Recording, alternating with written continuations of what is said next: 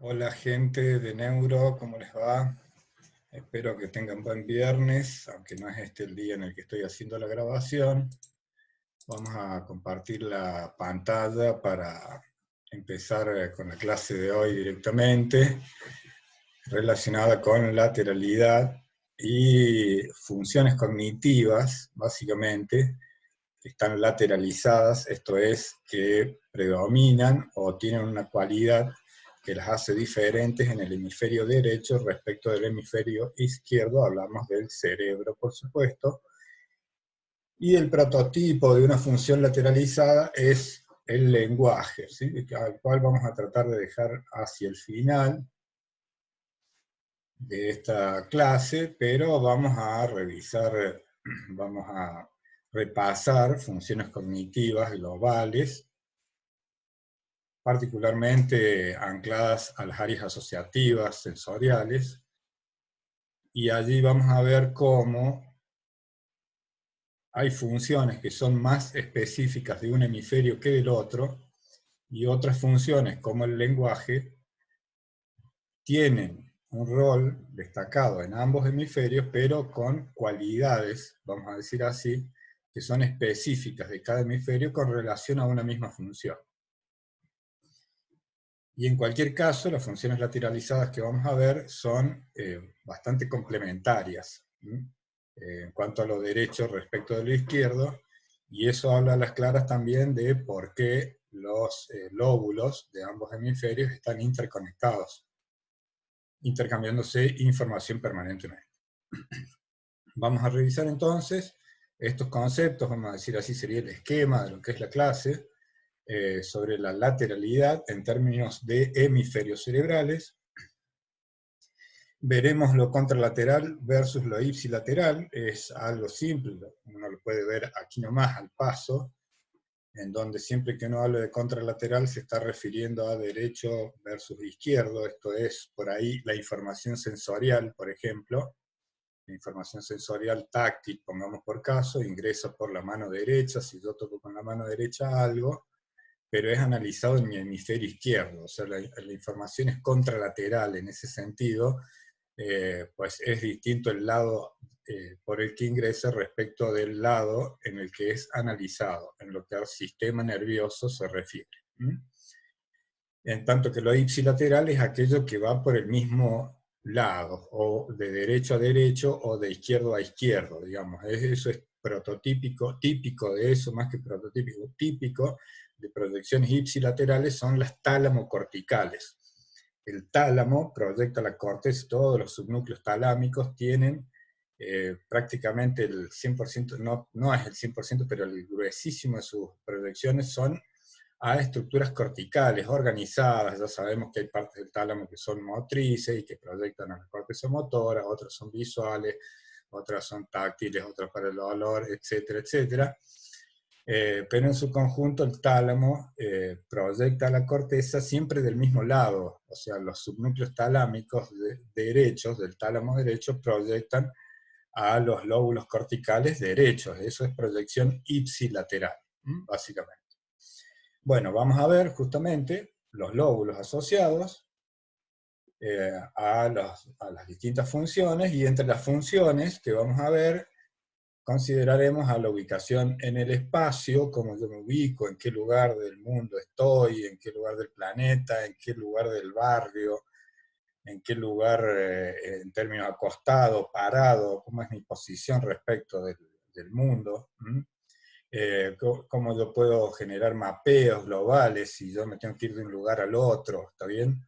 Y las formas que tengo que recorrer, no es lo mismo recorrer una ciudad con cuadras cuadradas perfectamente, a lugares llenos de diagonales, con plazoletas y rotondas, etcétera, que hacen que la geometría sea variable y que uno se pueda perder más fácil en un lugar que en otro. Bueno, todo eso que es básicamente ubicarse en el espacio, tengo que ir a tal lugar, ¿sí? Me hago un mapa y sé los recorridos que tengo que hacer, en cuántos rectos puedo hacer. Bueno, pero ya el quantum, el término cantidad de cuadras, cantidad de metros, cantidad de kilómetros, el quantum, lo matemático, si bien es complementario a lo espacial, pero ahí vamos a encontrar una diferencia hemisférica entre lo que es ubicarme en el espacio y contabilizar, ¿sí? Que sería el punto que sigue. Ubicación espacial, mapeo y geometría, que es propio de un hemisferio y de un lóbulo en particular, respecto al pensamiento matemático y al cálculo, ¿no? Al poder multiplicar, dividir, etcétera, calcular en términos de cantidad, ¿eh? Ya no de espacialidad. Eso tiene que ver con función específica de otro hemisferio y de un lóbulo en particular dentro de ese hemisferio. Y como dije, finalmente cerraremos con el lenguaje propiamente y veremos distintos tipos, formas en las que se expresa el lenguaje, que ahora mismo uno las está haciendo, las hace todo el tiempo cada vez que se expresa, por la tonalidad que le da al lenguaje, por la gestualidad que lo acompaña, además del contenido, en términos ya eh, letra a letra, palabra a palabra, qué significa cada palabra, esas palabras en un párrafo que implican en su conjunto, en términos conceptuales, etcétera, son distintos tipos de lenguaje, ¿está bien? Una cosa es lo prosódico, otro, bueno, es lo gramático, lo sintáctico, etcétera, ¿no? El tono, el nivel con el que uno dice algo, ¿sí? Cómo acompaña con el cuerpo o no, ¿sí? La cara de desinterés, uno puede notar ante la misma expresión diferente carga emocional. ¿Eh? Bueno, eso vamos a considerar que esas cuestiones que tienen que ver con lo gramatical por un lado y con la tonalidad por el otro son propiedades del lenguaje, pero que están distribuidas en los hemisferios cerebrales diferencialmente, por cuestiones cualitativas, básicamente. También, por supuesto, hay diferencias anatómicas. Recordemos que los hemisferios son parecidos, pero no son iguales exactamente, ¿está bien? Es patológico las veces que uno observa dos hemisferios en un tomógrafo. Cuando uno evidencia dos hemisferios exactamente iguales en términos anatómicos, hay problemas funcionales, corresponden en general a casuísticas psiquiátricas, ¿está bien? Entonces hay diferencias anatómicas y se notan en estas funciones lateralizadas, justamente. Y hay diferencias, por lo visto, tendencias a responder diferencialmente ante planteos de mapeo o de cálculo, diferencialmente según las distintas crianzas, las distintas culturas, incluso se han notado algunas diferencias entre los sexos, entre las edades, etc.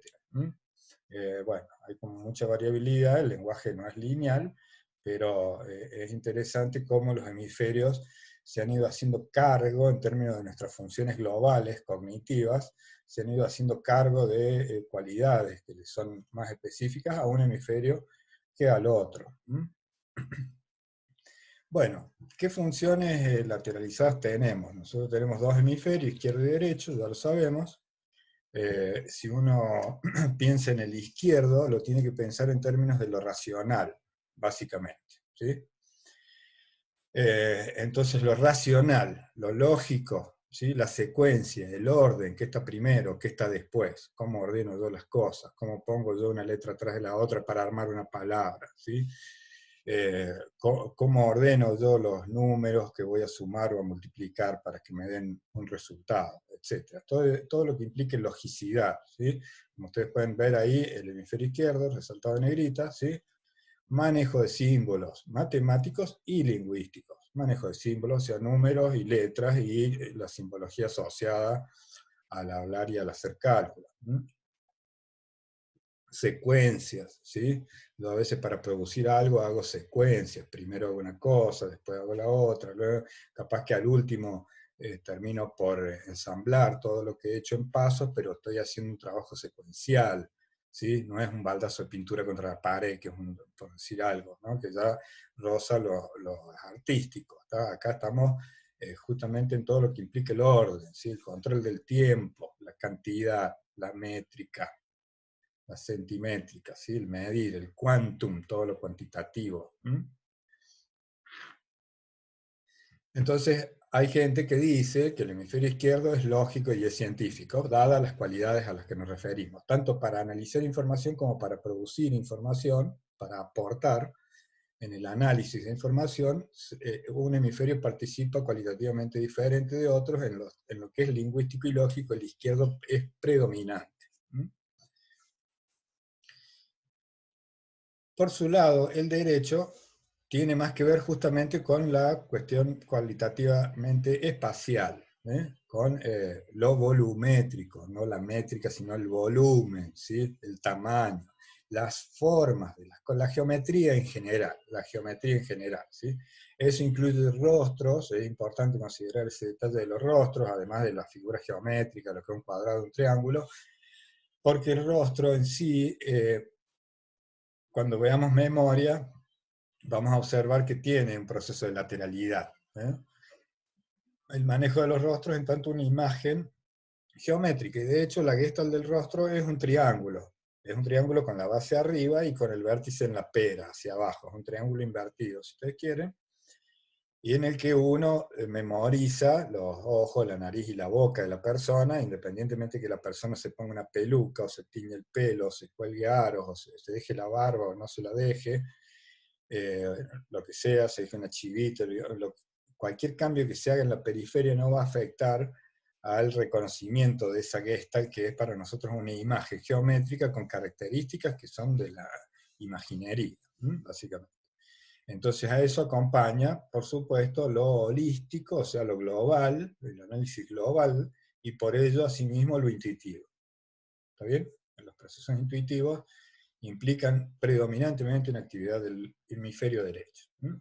Y entonces, así como hemos definido el izquierdo como lógico y científico, el derecho sería analógico y artístico. Analógico, bueno, por decir que no es lógico, pero no es ilógico, ¿ok? Es simplemente analógico, más computarizado, tómenlo al término. No como algo ilógico que puede llegar a ser incluso considerado despectivamente. No es menor el derecho que el izquierdo en ningún sentido, ¿está bien? O sea, en algunas cuestiones es predominante uno y en otras el otro. Y como sea, son complementarias las actividades del derecho y del izquierdo. ¿Tá? O sea, no solo hace falta que se especialicen, entre comillas, en analizar y producir cualitativamente información específica, sino que luego tienen que integrarse eso en algún lado para que la respuesta sea integral. Porque no es que yo primero hablo como un robot y más tarde me río de lo que digo. Va de la mano, va todo junto en la misma expresión. Eso implica niveles de integración, ya sea en el análisis o en la producción y ejecución de algo que implique científico y artístico en el mismo acto, que en general nuestros comportamientos son así. Bueno, lo que acabo de decir viene al punto de ¿no? Que destaco ahí que la actividad es coordinada y conjunta entre ambos hemisferios y complementaria. Lo que sigue, las dos imágenes que siguen, una es del Pinel y otra es del Purves. El Pinel es un libro que yo uso para primer año en otra materia, de psicología de otra facultad. Y tiene este esquemita interesante donde habla, en términos generales, de lo que está lateralizado sobre lo derecho y sobre lo izquierdo. Ustedes fíjense que son todas funciones bien cognitivas, bien cognitivas. Entonces, pongamos solo algunos ejemplos, después ustedes lo desglosan a esto y pueden ampliar en el material, pero pongamos algunos ejemplos. Por ejemplo, relacionado a la vista, el izquierdo predomina en lo que es análisis y producción de palabras y letras, ¿sí? Lo lingüístico, en tanto que en el derecho las caras, los rostros de los que hablaba recién, las configuraciones geométricas y las expresiones emocionales, ¿ok? La tonalidad, el gesto que yo acompaño cuando digo algo.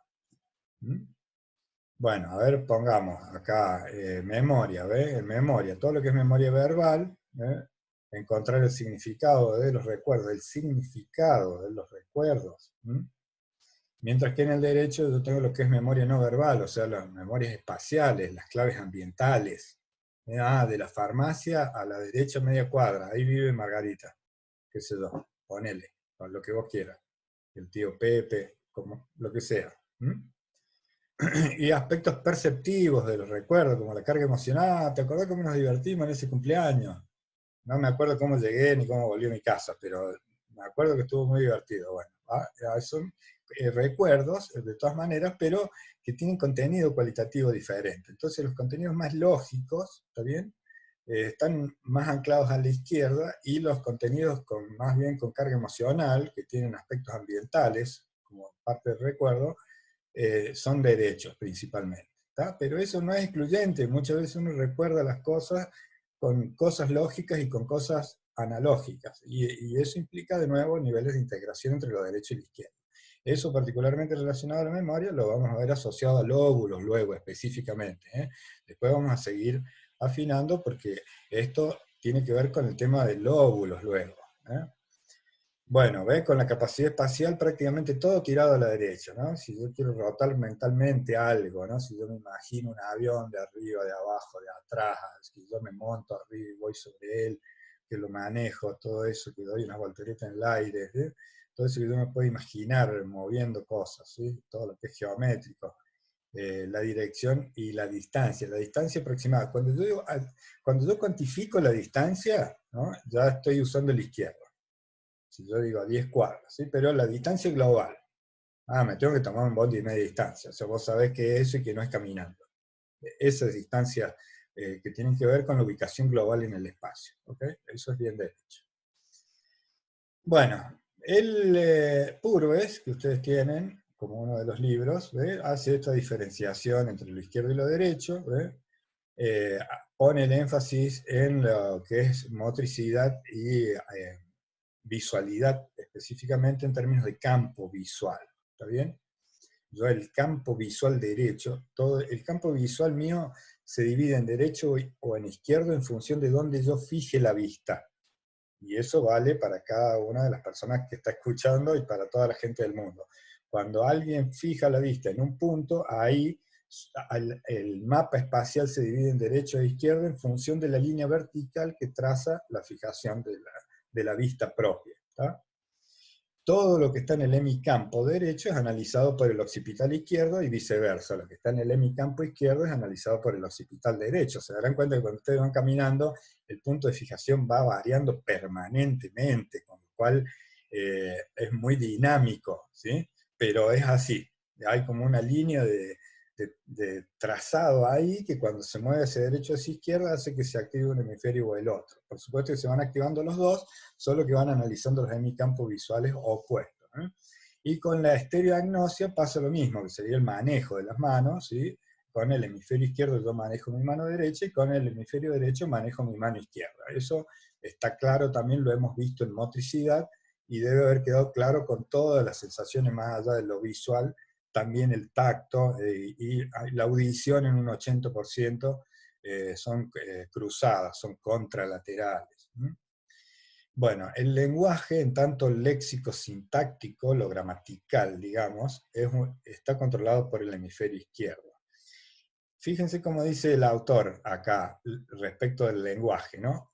Coloratura emocional del lenguaje, la coloración emocional, el tono que uno le da, que puede hacer que una frase cambie abruptamente de sentido, solo porque yo le cambio el tono, la coloración emocional a la misma frase. Bueno, esa coloratura emocional está a cargo del derecho, predominantemente. Escribir es una función, en tanto yo no solo dibujar, o sea, la letra implica un dibujar, que está regulado por el derecho.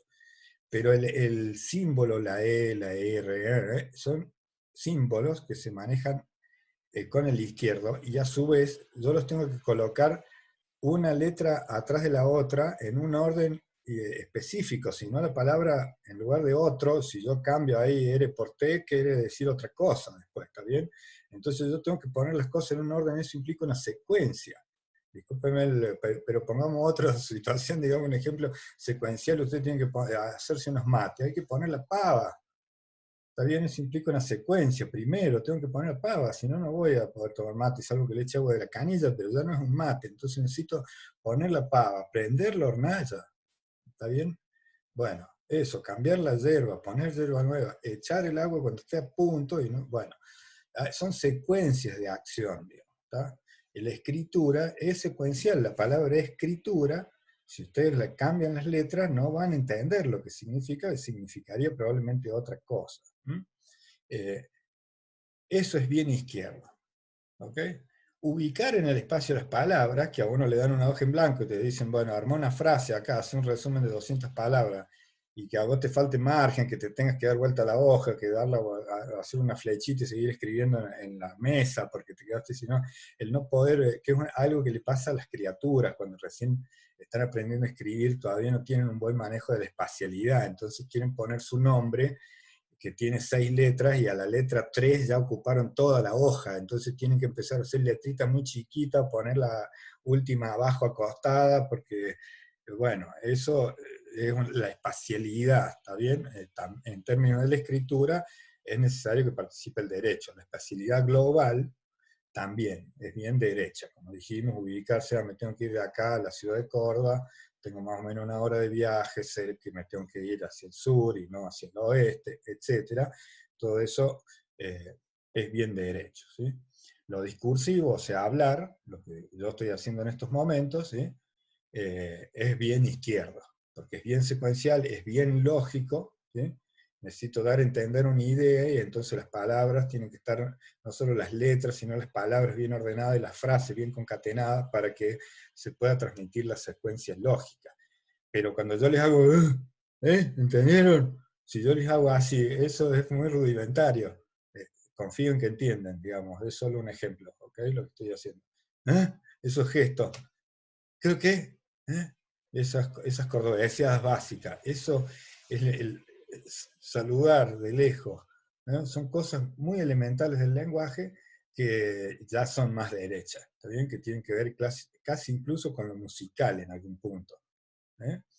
Ojo, el cantar, la tonalidad, que implica el manejo de la tonalidad, hace que predomine el derecho sobre el izquierdo, claramente, en el cantar. Pero mientras haya una letra, acorde, consecuencia lógica, el izquierdo va a seguir participando. Bueno, falta rato, ¿eh? Ahora, como dije al inicio, hay una cuestión lobular, o sea, no solo hay una cuestión hemisférica, global, que es lo que acabamos de ver en estas placas previas, sino que también estas diferencias uno las puede ver más específicamente, algunas funciones asociadas a lóbulos más puntuales. El lenguaje es más difuso, ya vamos a ver por qué, pero con respecto a las áreas asociativas parietales y a las áreas asociativas temporales, tenemos indicios bastante fuertes de que hay lateralizaciones en el sentido que les voy a plantear a continuación.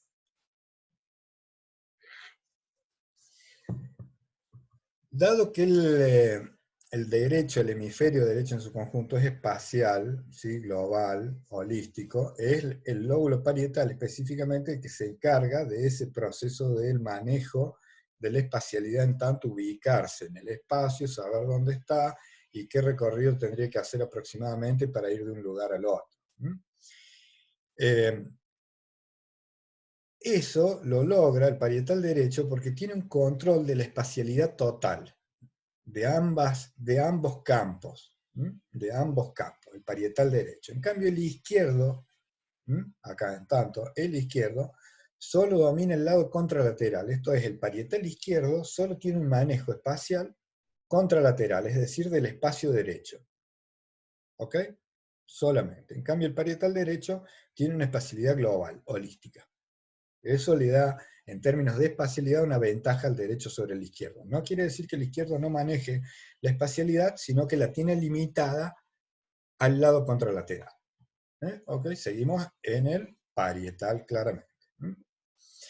Entonces, si uno hace análisis, la evaluación clínica de algunos análisis que se han hecho, seguimientos de casos, daños específicos, sobre todo en el periodo de guerras por esquirlas o lesiones puntuales en lóbulos, ¿sí? En algunos casos accidentes puntuales de tránsito, eh, hacen pensar que los daños en el parietal izquierdo, como no afectan la espacialidad, no sería predominante en ese sentido el parietal izquierdo sobre el manejo de lo espacial. No afecta lo espacial, afecta otras cosas, pero no lo espacial, el daño del parietal izquierdo. Ahora, el daño del parietal derecho, como maneja la espacialidad conjunta, genera un problema que se llama negligencia contralateral, o también se lo llama hemiasomatoagnosia. Es una agnosia, es decir, un desconocimiento, una especie de un síntoma propio de una demencia, digamos, pero acá está inducido en neuropsicológico, un trastorno neuropsicológico.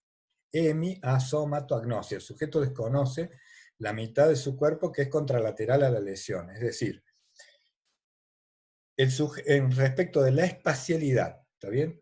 El daño en el parietal derecho, que es el hemisferio que maneja la espacialidad, el daño en el parietal derecho afecta el manejo espacial del lado izquierdo. O sea, el sujeto desconoce su cuerpo izquierdo y su campo visual, su campo completo izquierdo, lo desconoce. No solo visual, auditivamente, lo desconoce totalmente. Al punto tal que si yo le pongo al sujeto adelante un plato con tallarines, el sujeto se va a comer solo lo que está a su derecha, desconociendo prácticamente, o no del todo, no siempre es del todo tajante, ¿está bien? Pero desconociendo el grueso, el volumen de lo que está a su izquierda. Le tengo que dar vuelta el plato para que el sujeto se coma todo. Si yo lo hago hacer un dibujo de un reloj, que es un test muy famoso, un daño en el parietal derecho, muestra que el sujeto puede dibujar muy bien el reloj de un lado, del lado derecho, pero pierde totalmente su capacidad para dibujar el lado izquierdo. ¿Sí? Conserva el hemicampo derecho porque el parietal izquierdo está sano, convengamos, pero ha perdido la capacidad de integrar ambos hemicampos. Entonces el sujeto tiene un desconocimiento de todo lo que pasa a la izquierda. Si se viste solo de su lado derecho, si se peina, solo se peina, se arregla de su lado derecho, desconoce globalmente la parte izquierda. Eso incluso ha llevado a que algunas personas con estos trastornos se quemen o tengan algunos daños en sobre todo en las extremidades izquierdas. Bueno. Ahora bien, dijimos, el parietal izquierdo, ok, solo maneja la espacialidad del derecho, de la parte derecha, de lo contralateral, lo cual también es lógico que eso suceda, ¿está bien? Ahora, tiene una función lateralizada específica y también se ha visto esto en los trastornos neuropsicológicos con daños y afecciones específicas que afectan al parietal izquierdo. Lo que ahí sucede particularmente es que se entorpece todo lo que es el manejo de símbolos. Y mientras más al norte, vamos a decir así, mientras más arriba de las áreas asociativas, siempre hablamos del parietal de las áreas asociativas, no de las áreas primarias o secundarias, ninguno de los lóbulos, ¿está bien? Hablamos de las áreas asociativas. Mientras más arriba de las áreas asociativas nos vamos, más tenemos problemas con lo matemático en particular. Cuando se acerca más al área de Wernicke, ya la vamos a ver enseguida, la cisura de Silvio, digamos, mientras más a la parte ventral del parietal nos vamos, más se empieza a asociar con el procesamiento de símbolos lingüísticos, o sea, más bien se producen alteraciones en el lenguaje, ¿tá? Pero cuando es la parte dorsal de esa corteza parietal asociativa, lo que se altera es el procesamiento del cálculo matemático. Eso se llama acalculia o discalculia. Acalculia, o sea, no puede hacer cálculos matemáticos. Tiene serias dificultades, en algunos casos haciendo cálculos de relativa simpleza. Bueno. Eso respecto a lo lateralizado en el parietal. Entonces, ustedes pueden comprender que de un lado del derecho tenemos el manejo de lo espacial y del izquierdo el manejo de los símbolos matemáticos particularmente y lo que es el cálculo. Entonces, de nuevo, entenderán la complementariedad entre ambos lóbulos parietales en términos de disposición hemisférica, análisis de las funciones hemisféricamente. Si yo me tengo que trasladar de un lugar al otro, necesito de ambas funciones. Necesito ubicarme, orientarme en el espacio, saber que si yo salgo a la vereda es a la derecha y no a la izquierda. Cosas tan elementales como esa, y más globales después de hacia dónde tiene que ir el colectivo o el transporte que yo me tengo que tomar para ir al lugar correcto, y luego tengo que hacer un cálculo también, siempre hago un cálculo y me voy a demorar más o menos 20 minutos, ese manejo cuantitativo implica un cálculo que es izquierdo, ¿bien? Entonces, en todo el sentido de la palabra, cuando yo hago una cosa, hago la otra, los dos hemisferios, los dos lóbulos parietales están participando en la actividad global de ubicarse y moverse en el espacio. ¿Está bien? Calcular que si yo hago 5 metros, voy a llegar a la puerta de un local que estoy buscando, o a la parada de colectivo, o a donde sea. Tal vez puedo hacer ese cálculo. Si alguien me llama por teléfono y dice, che, ¿por dónde andás? Y estoy acá, ¿te venís a casa? Y sí, pero me tenés que dar 25 minutos, porque uno calcula ahí cuánto me voy a demorar en función de la cantidad de cuadras que tengo que caminar, etcétera. Bueno, eso, no olviden que si bien hay lateralización funcional, hay complementariedad, inevitablemente. Respecto al temporal, ya adelantamos recién que la memoria estaba anclada al temporal. Fue así un chispazo que di cuando mostré la primera placa de los dos hemisferios con algunas características. En la parte de memoria, y ustedes van a ver que hay cuestiones cualitativas respecto de la memoria que son derechas o izquierdas. El lóbulo temporal, no olviden que muchos engramas, muchas redes neuronales del lóbulo temporal están asociadas al almacenamiento de información, en particular el piso del lóbulo temporal. Hay una región bien posterior del lóbulo temporal que limita con el occipital, que está muy asociada a lo visual, pero no deja de ser un tránsito hacia lo que es almacenamiento de la información. Y eso hablamos de hemisferio derecho e izquierdo, o sea, de temporal derecho e izquierdo. Sobre todo lo largo plazista y las memorias medias de mediano plazo, que tienen cierta relevancia, son almacenadas ahí, porque son archivos que uno tiene más consolidados, vamos a decir así, no son memorias recientes. A eso quiero llegar. Eso globalmente. Ahora, ¿qué pasa en el izquierdo respecto del derecho? En el izquierdo, uno guarda justamente lo que está asociado a lo simbólico, a lo conceptual, ¿sí? A lo lógico, a lo que es el objeto. ¿Qué es el objeto? ¿Qué es en términos de definición? ¿Qué diferencia hay entre un libro y un auto? Digamos, yo tengo una clasificación que me permite ubicarlos en un cuadro lógico, es bien kantiano eso, ¿está bien? Clasificar a los objetos, ¿sí? Y saber qué son. Si alguien me pide, che, alcanzame un libro, no es lo mismo alcanzame una olla, alcanzame el champú, no es lo mismo. Son tres objetos totalmente diferentes, aunque el acto consecuente al pedido sea similar, pero son objetos conceptualmente diferentes. Entonces yo tengo una clasificación de los objetos almacenadas en ese sentido de lo lógico en el hemisferio izquierdo. Y las lesiones ahí, justamente, las evidencias que tenemos que son indirectas, las lesiones en eso, en el temporal izquierdo, en las áreas de nuevo asociativas, estamos hablando de áreas asociativas, de la corteza temporal,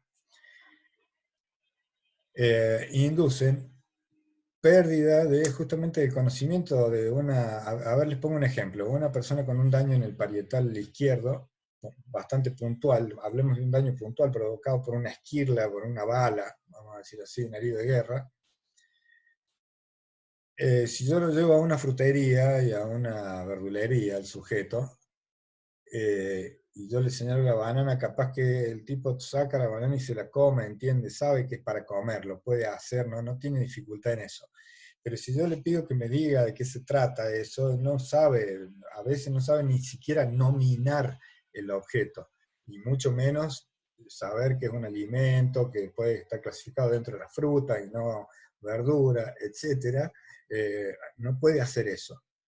No tiene la dificultad para comerlo, no es un trastorno alimenticio el daño, sino mnésico.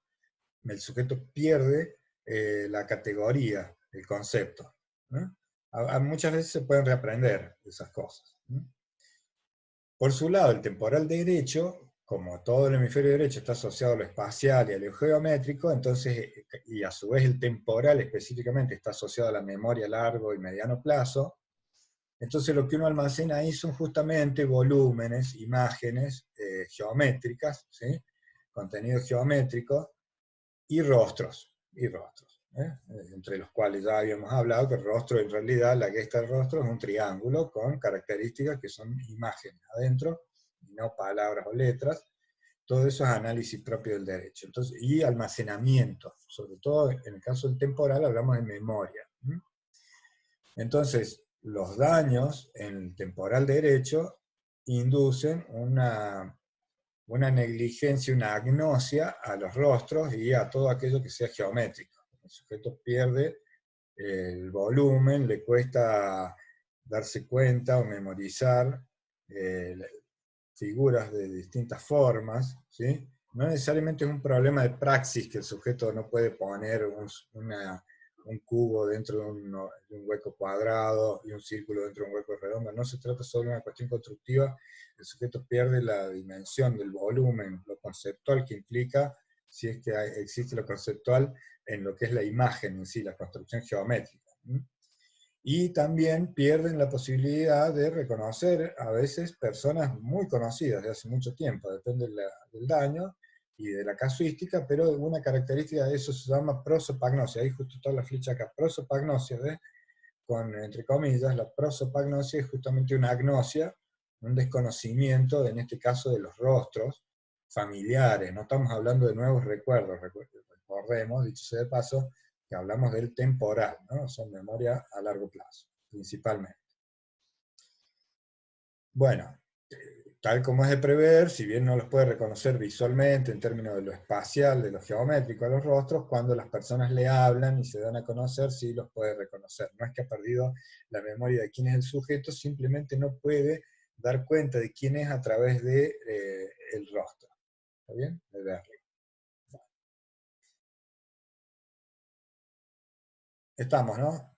Prosigamos, porque lenguaje, también vamos a hablar de diferencias cualitativas entre derecha e izquierda en el lenguaje, pero ya vamos a incluir mayor cantidad de lóbulos. Tenemos una región del lenguaje que tiene que ver con lo comprensivo, ¿sí? Con lo comprensivo, y que está asociado a los lóbulos parietales, occipitales y temporales. ¿Sí? Está por detrás de lo que sería la cisura de Silvio, al fondo, allá, atrás, y como está entre las áreas asociativas parietal, occipital y temporal, tiene un acceso a lo auditivo, a lo espacial, a la memoria, a lo visual, etc. ¿no? Entonces, es un área asociativa que se asocia a la comprensión, pero que abarca de alguna manera más de un lóbulo, ¿ok? Aunque originariamente esas áreas eran más temporales, pero ya vamos a ver cómo son áreas asociadas a la comprensión de gran tamaño. Muchas neuronas eh, asociadas a este tipo de comportamiento de comprensión. Y luego vamos a ver el lóbulo frontal en lo que tenga que ver la articulación en sí, ¿sí? De todas maneras, globalmente, digamos, ya lo hemos visto en términos de los hemisferios. Ahora, si lo pensamos en términos del lenguaje, la diferencia entre lo que pasa en la derecha y en la izquierda salta casi a la vista, digamos. Ordenar las letras una atrás de la otra para armar palabras y luego ordenar las palabras secuencialmente, todo eso es un orden lógico, secuencial, ¿sí? Que tiene que ver con un manejo de la temporalidad, porque yo no puedo decir el lenguaje de un solo golpe, sino que necesito tiempo. Y está claramente anclado a la actividad del hemisferio izquierdo.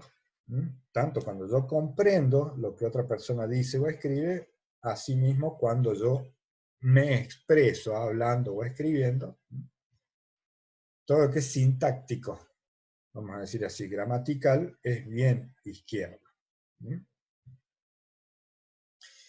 En cambio, las áreas del lenguaje ubicadas en el hemisferio derecho tienen que ver, ya lo hemos adelantado, con la carga emocional, la coloración emocional del lenguaje, los gestos, el tono con el que yo digo algo, escribo algo, el modo en el que me expreso, el lenguaje bien elemental, el de los monosílabos, la expresión corporal, como dice acá, la tonalidad. Ya lo hemos dicho, eso es bien derecho, bien derecho. Tanto para comprender la expresión emocional de otra persona como para poner mi expresión emocional en lo que yo digo lingüísticamente. Y ustedes entenderán que nadie habla como un robot, ni nadie es una sola expresión lingüística emocional del lenguaje sin palabras. Somos una combinación de ambos aspectos al momento de expresarnos. predominará más el lógico en algunas personas, el emocional, lo que ustedes quieran, ¿está bien? Depende mucho del estado de la persona, no es lineal, no hay una receta, no, todas esas cuestiones, está atado el contexto, etc. Pero la cualidad del lenguaje, según se exprese, va a hacer que domine el izquierdo o el derecho. ¿Está bien? Sin que esto excluya a uno del otro. Y de nuevo, volvemos a hablar de integración. Hay un punto, sobre todo en las áreas frontales, cuando yo voy a organizar y poner en marcha mi respuesta, ese punto en las áreas frontales son las que están a cargo de integrar finalmente todos estos aspectos que tienen que ver con la logicidad de lo que voy a decir y cuál es la carga emocional de ese contenido. Bueno, si hablamos de trastornos, que son trastornos neuropsicológicos, también se los llaman trastornos neuropsicológicos, básicamente llevan por nombre afasias, es decir, a dificultad de faciar, de hablar, de falar. Afasias son trastornos del lenguaje. Y como estamos diciendo, hay regiones para comprender, hay regiones para expresar, y a su vez, estas regiones no son igual a la derecha que a la izquierda, los trastornos del lenguaje son cualitativamente diferentes según las áreas afectadas. ¿Está bien? Siempre estamos asumiendo que los trastornos en estos casos se producen por una lesión externa, un accidente, un traumatismo, etc. ¿Sí? No estamos hablando de trastornos que vienen asociados a una patología psiquiátrica, que ya es otra cosa. ¿Está bien? Bueno, si le vamos a poner nombres a estas áreas que recién hablamos, ¿no? Dijimos que habían áreas para comprender, que estaban localizadas atrás de la cisura de Silvio, es decir, parietotemporales, limitando con el occipital. Esas áreas, como están en áreas sensoriales, están asociadas a la comprensión, porque reciben información que está ingresando del medio ambiente con el lenguaje de otris, de otras personas, ¿ok? De otra gente, ya sea escrito, gestual, verbal, gritado, carta, lo que sea lingüístico, ingresa por las áreas sensoriales, que son parieto-temporo-occipito-insulares, ya lo saben, hasta el hartazgo, y entonces ahí están las áreas de comprensión. Esas áreas de comprensión son áreas de Wernicke, en honor al sería un neuropsicólogo en aquel momento, un neurofisiólogo alemán de fines de los años 1800, que tenía una casuística justamente de sujetos que tenían problemas de comprensión. Por supuesto, no había tomografía, ni escáner, ni fax, ni teléfono celular, nada. Entonces estos sujetos tenían que esperar a que sus pacientes mueran, su casuística muera, y extraerle el cerebro y hacer un estudio cuantitativo. Entonces ahí vio Wernicke en su casuística que el grueso de los problemas de la merma de la masa gris de sus pacientes con déficit para comprender el lenguaje estaban por detrás de las áreas auditivas, en el lóbulo temporal, en la parte alta del lóbulo temporal, por atrás de las áreas auditivas primarias y secundarias, ¿ya? Limitando con el terreno de lo parietal, yendo hacia lo occipital, hacia atrás. Él la definió como un área ahí relativamente pequeña, y esa es originalmente el área de Wernicke, aunque después ya vamos a ver se ha ampliado la idea, pero fue un pionero en ese sentido y no le erró en términos de, bueno, de alguna manera el epicentro de sus casos estuvo ahí. Los daños en las áreas de Wernicke obviamente inducen trastornos que tienen que ver con un déficit para comprender lo que se está escuchando o leyendo.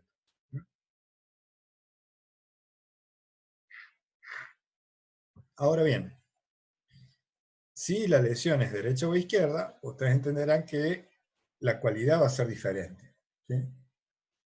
Si una persona me escribe las palabras, ¿sí?, y yo las leo y no las puedo entender a las palabras, no las puedo entender, pero el otro me hace una seña de que me tengo que ir y eso sí lo puedo comprender. Entonces ahí hay una fascia de comprensión, o una fascia de Wernicke, pero que está claramente lateralizada sobre el hemisferio izquierdo, porque yo sí estoy pudiendo comprender la parte gestual o la carga emocional del lenguaje, ¿no? El tono. En cambio, los sujetos que tienen lesión en el área de Wernicke, en el área de comprensión, pero del lado derecho, y el área de izquierda sana, pueden entender si el otro les habla o una palabra escrita, pero no entienden el tono del lenguaje, no entienden la indirecta de un lenguaje, por ejemplo. Tienen mucha dificultad para comprender la ironía. Por ejemplo, si yo estoy hablando con alguien y ese otro alguien está de mirar la hora, cada 5 o 6 minutos mira su reloj, yo, como cualquier cristiano más o menos, digamos, término medio, se da cuenta que el otro tiene algún apuro, o está esperando una llamada, o está inquieto por algo, se tiene que ir, digamos. Eso lo puedo comprender. Una persona con una lesión en Wernicke derecho tiene déficit en esa función. Hay que decirle a esa persona, che, me tengo que ir. Él lo va a comprender en tanto su Wernicke izquierdo esté intacto. Así que son bien diferenciales las lesiones, si es a derecha o a izquierda. Si es Wernicke, siempre la dificultad va a ser comprensiva. El sujeto va a tener un déficit en el alcance de la comprensión, ya sea de lo gramatical o de la carga del tono, de lo que se está expresando lingüísticamente, pero es comprensivo, ¿está bien? Ahora, el área de Broca, ya lo vamos a ver en un dibujito. Broca, que también es un neuropsicólogo de la misma época de Wernicke, sino que francés, también, al igual que Wernicke, trabajó con estudios post-mortem, hizo estudios post-mortem, pero la casuística de Broca dominaba por la dificultad para articular el lenguaje. Eh, Así es que sus estudios dieron cuenta de que había una merma de la masa gris en regiones frontales, que están muy cerca, si ustedes recuerdan el homúnculo de Penfield, están muy cerca de las áreas que mueven los labios, la lengua, todo lo que tenga que ver con el aparato de fonación. Deben pensar que el área de Broca, si estamos hablando de producción, de articulación, estamos hablando de movimiento, y eso implica una programación, un ordenamiento y la orden de que ese movimiento suceda. Por lo tanto, es completamente lógico que ustedes piensen a las áreas de Broca, en términos de estructuras asociadas a la articulación, a la producción del lenguaje, que piensen esas áreas en el lóbulo frontal, porque el lóbulo frontal básicamente regula todo lo que es ordenamiento, programación y ejecución de secuencias psicomotrices, en este caso asociadas al lenguaje, porque para hablar o para escribir tengo que ejecutar un movimiento, necesito del aparato motriz, lisa y llanamente. Entonces, las áreas de Broca son frontales y están asociadas no a la comprensión, no, son articulatorias, producen, ¿sí? Producen, generan, expresan, colaboran en la expresión del lenguaje en sus distintos sentidos. Ahora, también yo tengo una diferencia entre Broca izquierdo y derecho, digamos, porque Broca izquierdo va a estar asociado a la producción, pero de aquello que sea secuencial, lógico, las palabras, el orden de las letras, la secuencia de una frase articulada con otra para expresar una idea, que sea lógicamente entendible del otro lado.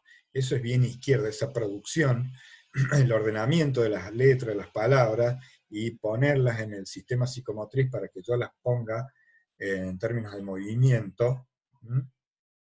Eso es Broca izquierdo. Broca izquierdo. Sin embargo, Broca derecho participa justamente cuando yo hago esa expresión de las palabras en el tono, en los gestos, cuando yo les hago un gesto, cuando levanto el tono, cuando abro los ojos como un loco, esas cosas son de Broca derecho. Entonces, va a haber también, si yo pienso las lesiones en esas áreas de Broca, derecha o izquierda, frontales, premotoras más específicamente, va a ser cualitativamente diferente la clínica del sujeto. Si yo tengo una lesión neuropsicológica en Broca izquierdo, voy a tener dificultades para expresarme verbalmente, lingüísticamente, tal vez también tenga problemas para escribir, es probable, depende de cuán grande es la afección en esas áreas. Me va a dificultar mucho organizar el lenguaje, ¿tá? Pero tal vez pueda hacer un dibujo, Tal vez pueda construir con unos cubos un castillo, una torre, tal vez no tenga ningún problema en hacer eso. Tal vez pueda poner en gestos, tal vez me pueda reír, ¿sí? Comprender lo que las otras personas dicen y cagarme de risa, o sea, expresar la carga emocional del lenguaje, pero no la sintaxis, no la gramática en sí. ¿Mm? En cambio, si la lesión es en broca derecho y broca izquierdo está intacto, el sujeto va a parecer un robot, vamos a decir así. O sea, va a hablar, va a tener una secuencia lógica precisa y perfecta, sin problemas, pero no le va a dar carga emocional, no le va a dar tonalidad a su lenguaje, por lo tanto va a ser un lenguaje monótono. Esa es la parte prosódica. Vieron que acá abajo la última palabra de esta placa dice aprosodia o sin prosodia, ¿sí? Con dificultades justamente lo prosódico tiene que ver con la tonalidad del lenguaje, ¿sí? Con el cambio en los ritmos que uno le pone, y esas cosas que por ahí, con eso uno provoca risa, o genera ironía, o doble sentido, ¿está? Esas cosas que tienen que ver bien con, más con un lenguaje asociado a lo derecho, ¿me entienden? No tanto a lo izquierdo. Bueno, esas son las áreas que existen del lenguaje.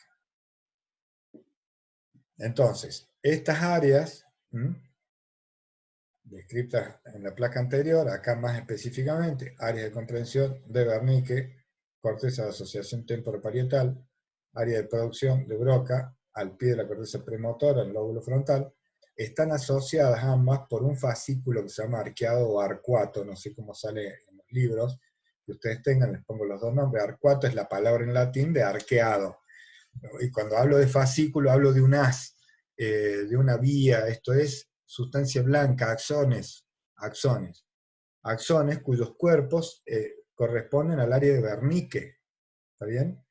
Cuando yo comprendo, paso esa información comprendida a las áreas motrices para ejecutar la respuesta. ¿Qué comiste anoche? Milanesa. ¿Listo? O sea, quiere decir que las áreas de comprensión le dieron la información a las áreas de articulación, si no, no hay forma de que yo pueda responder. Capaz que comprendo y no respondo. Bueno, ahí, ¿qué sucede? ¿Está bien? Hay una conexión entre ambas estructuras. Entonces las neuronas, los cuerpos neuronales que forman el área de Wernicke, que es una corteza asociativa, ¿sí? Esas neuronas, esos cuerpos neuronales que están ahí, proyectan sus axones a los cuerpos neuronales que forman el área de Broca, que allá están vivitos y coleando con sus dendritas esperando que llegue esa información. Y se llama arqueado porque si ustedes piensan, el área de Wernicke está muy atrás, por detrás de la cisura de Silvio, y la cisura de Silvio es un tajo profundo que allá al fondo encima se bifurca en lo que es el lóbulo de la ínsula.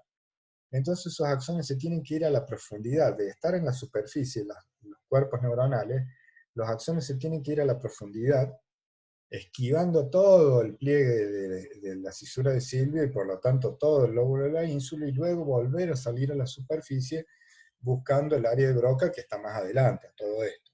O sea que además el recorrido es importante, porque está de un área colocada del medio hacia atrás hacia un área que está colocada del medio hacia adelante, ¿no? Tiene que recorrer casi una distancia más o menos equivalente al medio cerebro, le calculo así a ojo, ¿no? Y encima, esquivando todo eso, se produce un fascículo bastante interesante que se ha marcado y que son las proyecciones de Wernicke a Broca, y no al revés, ¿ok? Por una cuestión lógica. Piénsenlo en términos de si me hacen una pregunta. A ver, menciónenme las áreas del lenguaje. Cuando yo les pregunte, menciónenme las áreas del lenguaje, ustedes tienen que, esas áreas de Wernicke, comprender exactamente eso, revisar la memoria y mandar el dato a Broca para que Broca articule lo que voy a responder. ¿Está bien? Bueno, sigamos. Dibujitos. Empieza la sección dibujos. Esto lo tomé de un Guyton, que es un viejo libro que se usaba en neuro otros años, ¿ve? Fíjense, el sujeto, bueno, esto es la vista lateral de un hemisferio izquierdo, está mirando el sujeto hacia la izquierda de la imagen. Ve entonces la parte bien rojiza anterior, es planificación de movimientos complejos, elaboración de pensamientos, lo que hemos visto como corteza premotora y motor y prefrontal, básicamente. A esto le llama sensitivo somático, o sea, la sensorialidad del cuerpo. Acá está la visión, el lóbulo occipital, ¿ok? ¿Ve? Coordenadas espaciales del cuerpo, lo que lo rodea, se lo asocia al parietal. Procesamiento visual de las palabras, ¿ves que está pegado?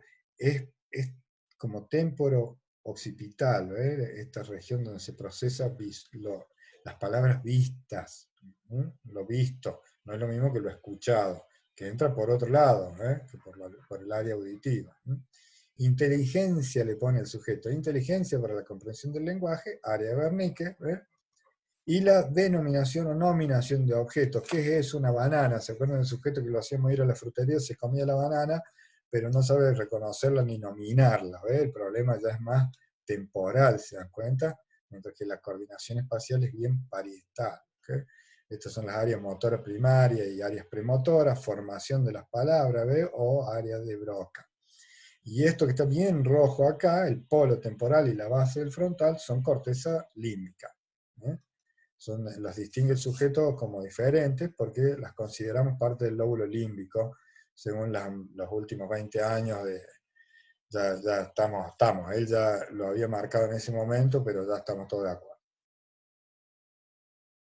Esto es de Pinel, es del libro de Pinel que les mencioné hace un rato, ¿ve? También es un hemisferio izquierdo, mirando hacia la izquierda el sujeto, ¿ve? Área corteza visual primaria, aquí.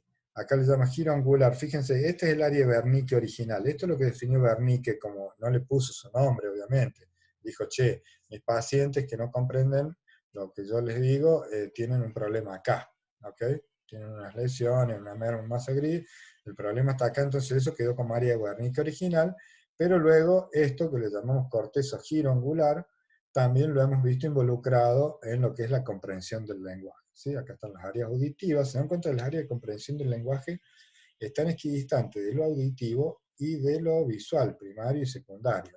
Son un área lógicamente instalada en un lugar cercano a donde llega la información, en la lingüística. Esto punteado acá, ¿ves? Es el arcuate fasciculus, ¿ves? El fascículo arqueado, que son los axones que mencioné recién, que marchan hacia el área de Broca, y el autor obviamente señala la corteza motora primaria, porque como dije recién, no solo yo tengo que organizar mi lenguaje y programar lo que voy a decir, sino que tengo que ejecutar el movimiento en sí del aparato de fonación, se realiza desde las neuronas que están en la corteza motora primaria.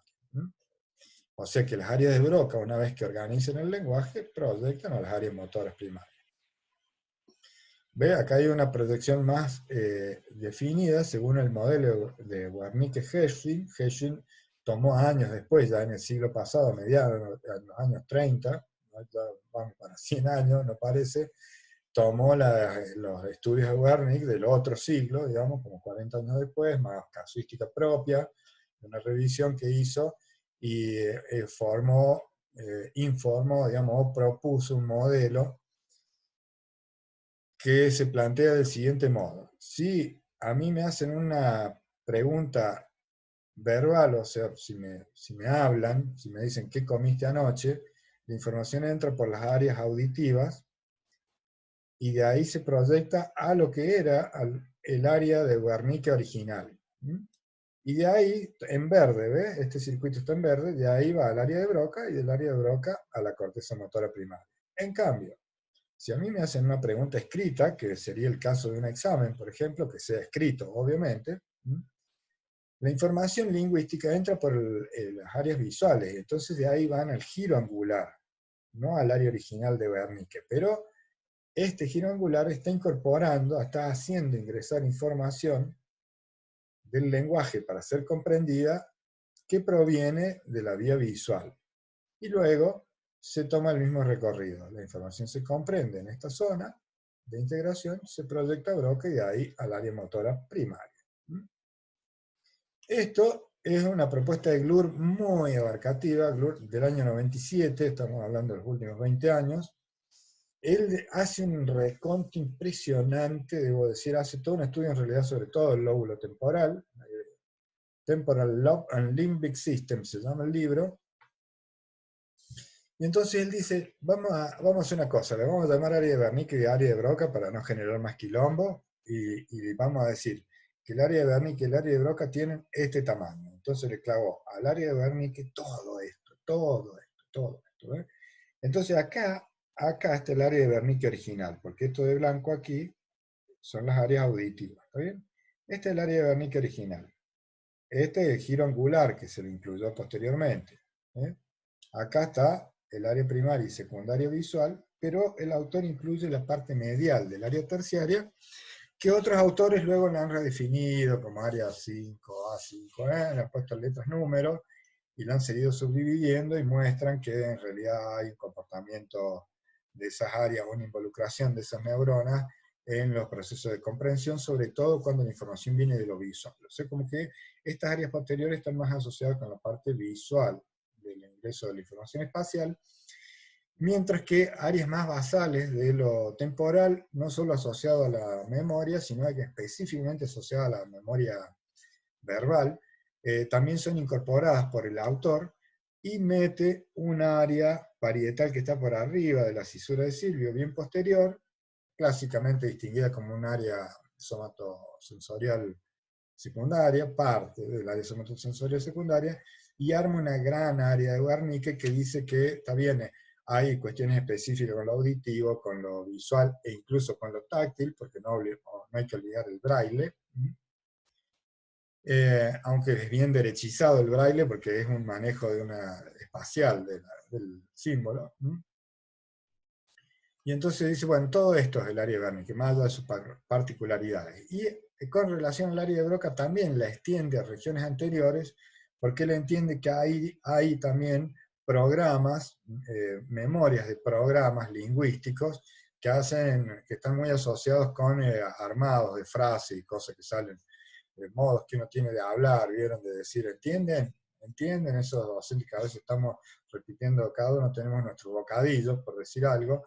También cuando uno aprende idiomas extranjeros, se incorporan más áreas anteriores al hablar, ¿sí? Del área de Broca, o sea, áreas adyacentes, neuronas que están cumpliendo otras funciones en lo que es la organización de la motricidad, se incorporan a la organización del lenguaje, ¿no? Bueno, así que en ese planteo bien global y modernoso de GLUR se pretende un nivel de integración que termina por llevar los terrenos de las áreas de Wernicke y de Broca a un gran volumen. Esto, sin embargo, es el contraste, es el modelo más viejazo que se les puede ocurrir. Uno dice, ¿cómo salió esto? Es de Arani y Rebollo, un libro que yo compré para estudiar neuroanatomía cuando hacía medicina en el año 86. Bueno, no me quiero ni acordar, pero conservo aún ese libro y tengo estas hermosas imágenes de modelos muy clásicos. Un libro todo en blanco y negro, incluyendo todas sus figuras. Y fíjense, prestemos atención a esto, prestemos atención a esto. Nos ubiquemos acá en el área de Wernicke, ¿ves? En esta gran área de Wernicke, ¿ves? Fíjense que acá todavía no está Wernicke, ¿no? Fíjense, Charcot, ¿les suena Charcot? Charcot. Freud, pre-Freud, Charcot, Francia, Bejerin, Pierre-Marie, todo Francia, ¿eh? ¿No les suena? Bejerin era alemán, pero Charcot, la escuela de Charcot, años 1860, ¿ah? Bueno, tenemos mucho en nuestra historia de la psicología de esa gente, ¿no? Y acá se vuelve a repetir los modelos clásicos. Entonces, fíjense, lo que sería el gran área de Wernicke, que mostró GLUR integradamente, tiene un montón de particularidades. Este punto negro que está bien posterior está cerca del lóbulo occipital, y por lo tanto uno inmediatamente dice tiene que ver con lo visual. ¿Ok? ¿Qué dice la flecha? Centro de la ceguera verbal. Ceguera verbal. O sea, una lesión puntual que reportaban ahí en ese entonces, las casuísticas que tenían. Una lesión puntual en esa área inducía dificultades para comprender aquello que se leía. Ceguera verbal. Pero podía comprender lo que se escuchaba perfectamente el sujeto si uno le daba una consigna oralmente. El problema era solo con la lectura. Ahora, este punto negro, que está más cerca de las áreas auditivas, como le clavan los autores, centro de la sordera verbal. Pasa lo opuesto clínicamente. El sujeto, cuando tiene una lesión puntual aquí, no puede comprender lo que se le dice, es sordo en términos de comprensión, no es que se quedó sordo, quiero que quede claro, ni ciego, como en el otro caso. ¿Sí? Cognitivamente es la expresión, ¿no? Pero si a uno le da a leer algo, provisto que tenga sana esta zona, el sujeto lo comprende si es leído, pero si la lesión está acá, no puede comprender la orden que se le ha dado verbalmente. ¿Eh? Y acá entraman los distintos modelos, como ustedes pueden ver. ¿Eh? El de Gerin, acá, intercalado con el de Pierre-Marie. Fíjense, acá estos rayitas es el de Charcot. ¿Eh? El de Charcot. ¿Qué encontraba Charcot? Fíjense que acá hay un puntito, ¿eh? Un puntito, un puntito. Centro de la grafia, que no es este centro de Broca. ¿Ves? Son dos puntitos diferentes, ¿eh? Esto lo aporta Charcot, el centro de la grafia. El centro de Broca es el que estábamos hablando, que tiene que ver con los casos de Broca propiamente. Entonces, si hay una lesión ahí, el sujeto tiene dificultad para organizar su lenguaje, expresar su lenguaje de un modo organizado. En general es telegráfico, le cuesta poner artículos a las palabras, hace palabras como palabras cortas, frases extremadamente cortas con palabras aparentemente sueltas, sin conexiones, sin nexos. Bueno, eso, un empobrecimiento del lenguaje en el área de Broca. En la producción, el problema es productivo. ¿tá?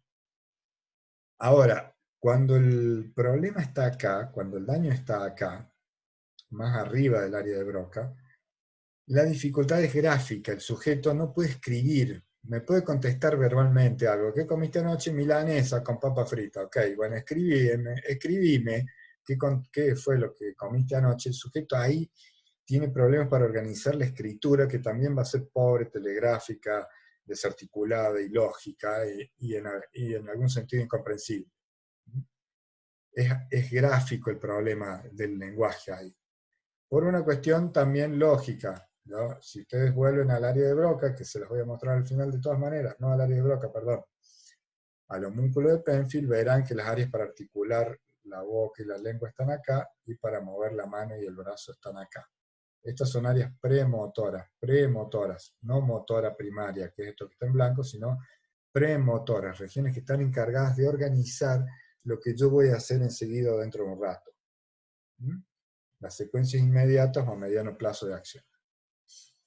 Entonces ustedes ven en este modelo clásico que integra acá a Arán y Ñíguez, que las áreas del lenguaje son tan grandes como las de Glur que vimos en la imagen anterior. Incluso más, porque Arán y Ñíguez terminan por conectar todas estas áreas siguiendo el modelo de Pierre-Marie.